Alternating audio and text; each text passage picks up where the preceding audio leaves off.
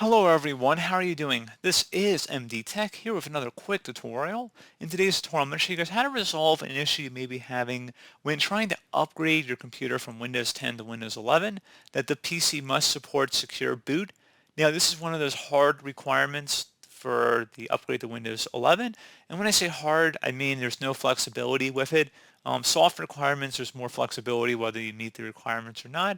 But secure boot alongside the TPM 2.0 requirements seem to be pretty important for Windows 11, even though in some of the earlier beta builds you don't really need it.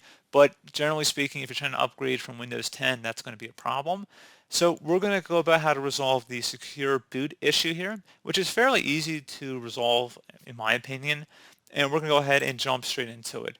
So we're going to start off by actually making sure we have a backup of everything on our computer, because this is going to do a clean factory install of Windows 11 here, because we're going to actually have to convert our drive, unless you have a secondary drive on your computer, in which case, sure, you can do it on that drive, but be better safe than sorry. Make sure you have everything backed up before you do anything here. It's very important. I'm going to stress that for you. So make sure you have it backed up to some external flash drive, the cloud, somewhere that's not on your computer. So anyway, we're going to go ahead and restart our system. This will look the same for Windows 10 as well. So just would right click on the start button, select shutdown or sign out, and then hold down the shift key and select restart. Again, shift key and then restart your computer. This will look identical on Windows 10. So do not worry that I started in Windows 11 here. It's fine. Besides a couple graphical differences, it should be the exact same command, same exact process that we followed if I was on a Windows 10 computer. So anyway, we're going to go ahead and select Troubleshoot, Reset Your PC, or see Advanced Options. And now we are going to go ahead and select the Advanced Options button. So go ahead and left click on that. And now we're going to go ahead and select where it says Command Prompt, because we're going to be going into the command prompt for today's tutorial, and that's where we're going to be doing our conversion. So we are going to start off by selecting Command Prompt. And it's very important you type in exactly everything I write on the screen here. Again, very critical, because if you don't do it, it's not going to work. And then you might have an unbootable system, because we're about to, clean everything. So you want to make sure you do it right here. Worst case scenario, you can always reinstall Windows 10, but, let's save a step there unnecessarily and just let's do it right the first time. And we're going to just type in MBR2. A numerical 2, don't spell out 2. So again, MBR2 gpt.exe space /convert.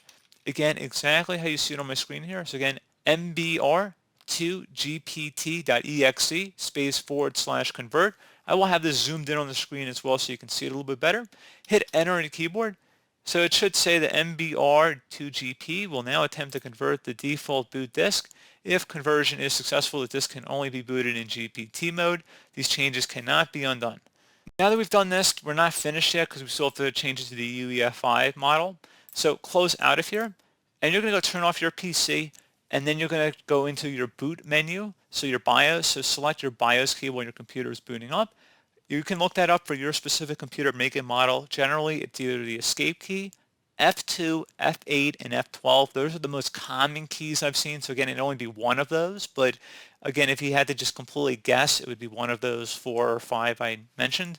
But you can look that up on your own end. I'm assuming you're doing that before you're actually following along with this tutorial blindly. But pretty straightforward. Go ahead and look that up. We're going to go turn off our computer, and then I'm going to go get to my boot menu, and I'm going to come right back. Okay, so I'm going to go ahead and enter into my setup.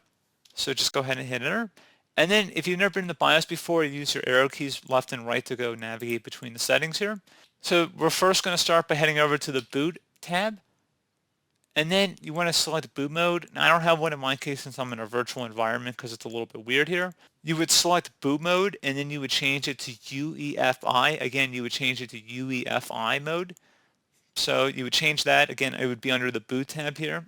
And then you go to the security tab, and then you navigate down to secure boot, and you would change that to enabled. So you would see that on your system. I'm in a virtual environment here. That's why I don't have all these settings, and my computer doesn't even have secure boot, but I'm just saying that that's how you would go about doing it.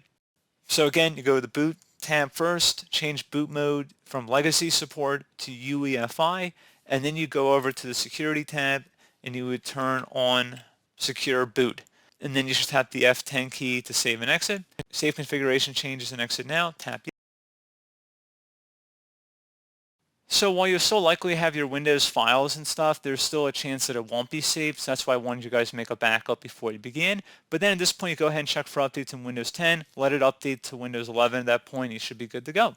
So pretty straightforward process. Do I was able to help you out, and I do look forward to catching you all in the next tutorial.